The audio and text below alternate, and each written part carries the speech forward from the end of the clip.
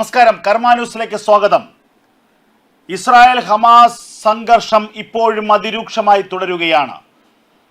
വെടിനിർത്തലിനായി കിണഞ്ഞു പരിശ്രമിക്കുകയാണ് ഖത്തറും അമേരിക്കയടക്കമുള്ള രാജ്യങ്ങളും. അതേസമയം വെടിനിർത്തൽ കരാർ അന്തിമമായി അംഗീകരിക്കാനാകില്ലെന്ന് ഇസ്രായേലും വ്യക്തമാക്കുകയാണ്. അതിനിടയിൽ പരമാവധി വേഗത്തിൽ ഹമാസിന്റെ ശക്തി കേന്ദ്രങ്ങളെ തച്ചുടയ്ക്കുകയാണ് ഇസ്രായേൽ സൈന്യം. ഗാസയിൽ കഴിഞ്ഞ 4 മണിക്കൂറിനിടയിൽ കനത്ത ബോംബാക്രമണവും വ്യോമാക്രമണവും നടത്തിയതായി ഇസ്രായേൽ സേന തന്നെ വ്യക്തമാക്കുകയാണ്. ഗാസയിലെ ഖാൻ യൂനിസ് പ്രദേശത്ത് കഴിഞ്ഞ 2 ആഴ്ചയായി കനത്ത ആക്രമണമാണ് ഇസ്രായേൽ സേന നടത്തിക്കൊണ്ടിരിക്കുന്നത്. ഇപ്പോൾ തെക്കൻ ഗാസയിലെ പല പ്രധാന ഹമാസ് കേന്ദ്രങ്ങളിലും ടണലുകളിലേക്കും വലിയ വ്യോമാക്രമണം നടത്തിയെന്നുള്ളതിന്റെ വിവരങ്ങൾ പുറത്തു വരികയാണ്. 1000 കിലോയിലധികം ഭാരമുള്ള ബോംബുകളാണ് ടണലുകളിലേക്ക് വർഷിച്ചത്. ടണലുകളെ തച്ചുതരിപ്പണമാക്കാനുള്ള വലിയ ആക്രമണ പദ്ധതിയാണ് ഇസ്രായേൽ സേന ലക്ഷ്യമിടുന്നതെന്നുള്ളത് വ്യക്തമാണ്. അതായത് ഹമാസിന്റെ ഭീകരവാദികൾ ഭൂമിക്ക് മുകളിൽ അവശേഷിക്കുന്നില്ല. ഭൂമിക്കടിയിലുള്ള തുരങ്കങ്ങളിലും ബങ്കറുകളിലും രഹസ്യമായി സുരക്ഷിതമായി കഴിയുകയാണ് അവർ. കാരണം പുറത്തേക്ക് എത്തിയാൽ ഇവരെ ഇസ്രായേൽ സൈന്യം കൊലപ്പെടുത്തുമെന്നുള്ള കാര്യം അവർക്കറിയാം. ഈ ബങ്കറുകളിൽ നിന്ന് പുറത്തേക്ക് അവരെ എത്തിക്കാനുള്ള ശ്രമങ്ങൾ നേരത്തെ ഇസ്രായേൽ സൈന്യം നടത്തിയിരുന്നു. അത് വേണ്ടത്ര വിജയിച്ചില്ല എന്നുള്ളതാണ് യാഥാർത്ഥ്യം.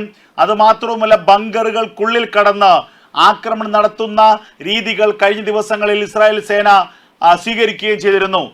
ഖാൻ യൂനിസ് പ്രദേശത്തടക്കം ബങ്കറുകൾക്കുള്ളിൽ കയറി ഇസ്രായേൽ സേന ഹമാസ് ഭീകരവാദികളെ നേരിട്ടതിന്റെ ദൃശ്യങ്ങൾ പുറത്തു വന്നിട്ടുണ്ട്.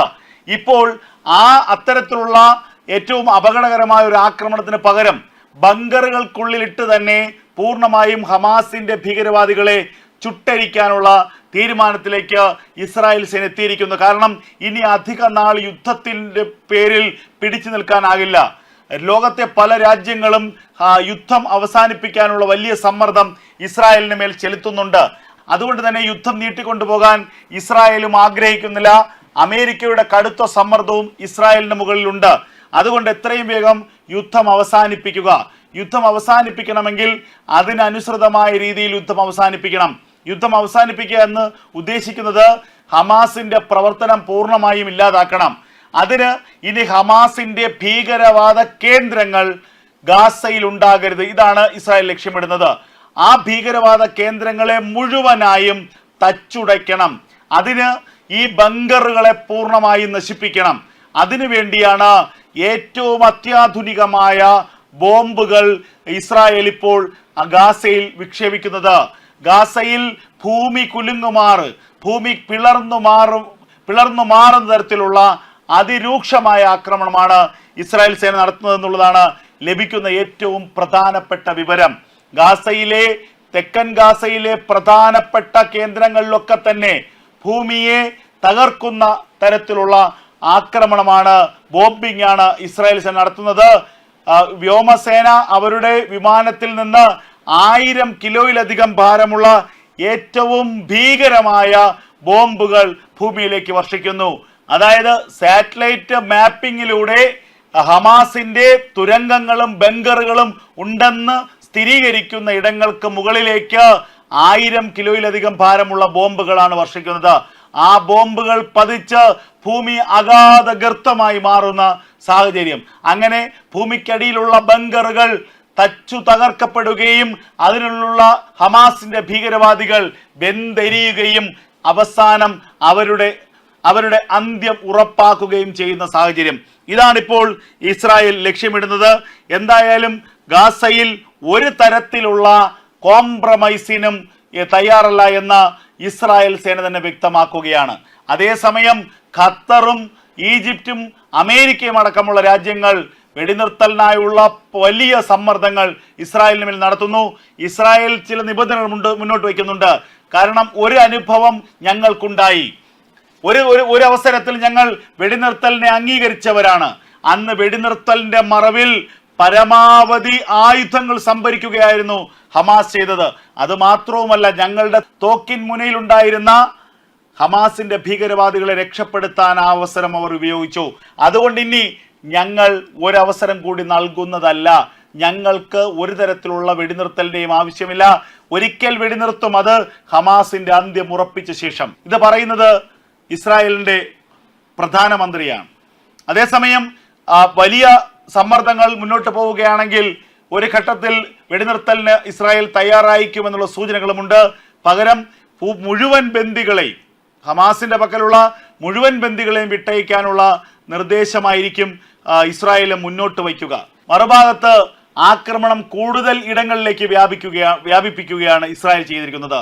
തെക്കൻ ലെബനനിൽ കഴിഞ്ഞ മണിക്കൂറുകളിൽ ഇസ്രായേൽ നടത്തിയ കനത്ത വ്യോമാക്രമണത്തിൽ 200ഓളം ഹിസ്ബുള്ള തീവ്രവാദികൾ മരിച്ചു വീണു, കൊല്ലപ്പെട്ടു എന്നുള്ള വാർത്തകൾ പുറത്തു വരികയാണ്. തെക്കൻ ലെബനനിലെ ഹിസ്ബുള്ളയുടെ ശക്തി കേന്ദ്രങ്ങളിലൊക്കെ തന്നെ ഒരു ദാക്ഷിണ്യവുമില്ലാത്ത വ്യോമാക്രമണമാണ് ഇസ്രായേൽ നടത്തിയത്. ഇസ്രായേൽ സൈന്യത്തിനെ ആക്രമിക്കുന്ന ഹിസ്ബുള്ള ഹമാസിനെ രക്ഷിക്കാൻ വേണ്ടി, ഹമാസിന് പിന്തുണ കൊടുക്കാൻ വേണ്ടി ഇസ്രായേലിലേക്ക് റോക്കറ്റ് ആക്രമണം നടത്തുന്ന ഹിസ്ബുള്ള, ആ ഹിസ്ബുള്ള ഇനി ഭൂമിക്ക് മുകളിൽ വേണ്ട എന്ന് ഇസ്രായേൽ തീരുമാനിച്ചിരിക്കുന്നു. ഇസ്രായേലിന്റെ കനത്ത വ്യോമാക്രമണം ഉണ്ടായിരിക്കുന്നു തെക്കൻ ലെബനനിലേക്ക്.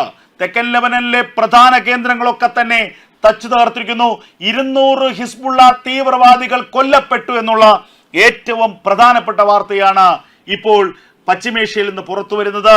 ഹിസ്ബുള്ളയെ തീർക്കുക എന്ന ലക്ഷ്യത്തിലേക്ക് ഇസ്രായേൽ അടുക്കുകയാണ്. നേരത്തെ ഇസ്രായേലിന്റെ പ്രതിരോധ മന്ത്രി തന്നെ പറഞ്ഞിരിക്കുന്നു, വെടിനിർത്തൽ എന്ന് പറയുന്നത് ഹമാസിനെതിരെയുള്ള ആക്രമണം അവസാനിപ്പിക്കുക അല്ലെങ്കിൽ താൽക്കാലികമായി നിർത്തുക എന്നതാണ്. അതിനർത്ഥം ഹിസ്ബുള്ളയോ ഹൂതികളെയോ ഞങ്ങൾ ആക്രമിക്കില്ല എന്നല്ല. ഹിസ്ബുള്ളയോട് നേരത്തെ ഇസ്രായേൽ പലതവണ താക്കീത് നൽകിയതാണ്. ഞങ്ങളെ ആക്രമിച്ചാൽ ഞങ്ങൾ ടെൽ അവീവിനെ മറ്റൊരു ഗാസയാക്കും, ഞങ്ങൾ നിങ്ങളുടെ പ്രദേശങ്ങളെ ചാരമാക്കും, ഹിസ്ബുള്ള എന്ന തീവ്രവാദ സംഘടനയെ ഞങ്ങൾ നിഷ്പ്രഭമാക്കും. ഇത്രയും വലിയ സൈനിക ശേഷിയുള്ള ഹമാസിനെ ഞങ്ങൾക്ക് തച്ചുടയ്ക്കാമെങ്കിൽ ഹിസ്ബുള്ളയൊക്കെ നിസാരമെന്ന് ഇസ്രായേൽ പറഞ്ഞു. എന്നാൽ ഇസ്രായേലിന്റെ മുന്നറിയിപ്പ് അവഗണിക്കുകയായിരുന്നു ഹിസ്ബുള്ള ചെയ്തത്. അതിന്റെ ഫലം ഇപ്പോൾ ഹിസ്ബുള്ള അനുഭവിക്കുകയാണ്. ഹിസ്ബുള്ളയുടെ ശക്തി കേന്ദ്രങ്ങളിൽ കനത്ത റോക്കറ്റ് ആക്രമണം കഴിഞ്ഞ മണിക്കൂറുകൾ നടത്തി ഇസ്രായേൽ സേന എന്നുള്ള വാർത്തകളാണ് അന്താരാഷ്ട്ര മാധ്യമങ്ങൾ പുറത്തുവിടുന്നത്.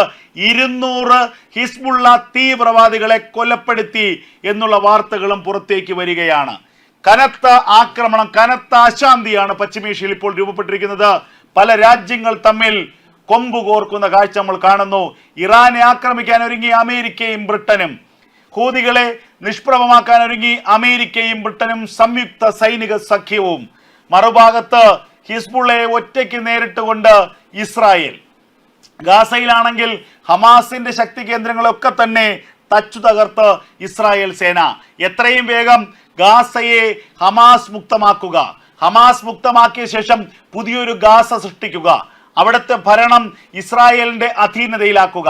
അങ്ങനെ ഇനി ഒരിക്കലും ഹമാസ് എന്ന തീവ്രവാദ സംഘടന ഇസ്രായേലിന്റെ മണ്ണിൽ പച്ച പിടിക്കരുതെന്ന കൃത്യമായ നിലപാടോടുകൂടി മുന്നോട്ട് പോവുകയാണ് ഇസ്രായേൽ സേന. കടുത്ത സമ്മർദ്ദങ്ങൾ വെടിനിർത്തലിനുണ്ടെങ്കിൽ പോലും അതിനെയൊക്കെ അവഗണിച്ചുകൊണ്ട് ഒക്ടോബർ 7 തങ്ങളുടെ രാജ്യത്തെ കടന്നു കയറി അതിക്രമം കാണിച്ച ഹമാസിന്റെ ഭീകരവാദികളെ ഭൂമുഖത്തു നിന്ന് ഉന്മൂലനം ചെയ്യാനുള്ള വലിയ പ്രതിജ്ഞ എടുത്തിറങ്ങിയ ഇസ്രായേലിന്റെ സൈന്യം, അതിന് പൂർണ്ണ പിന്തുണ കൊടുക്കുന്ന അമേരിക്കയുടെ സപ്പോർട്ട്, ഇതെല്ലാം കൊണ്ട് ആക്രമണം അതിരൂക്ഷമാക്കി മാറ്റുകയാണ് ഗാസയിൽ ഇസ്രായേൽ സേന.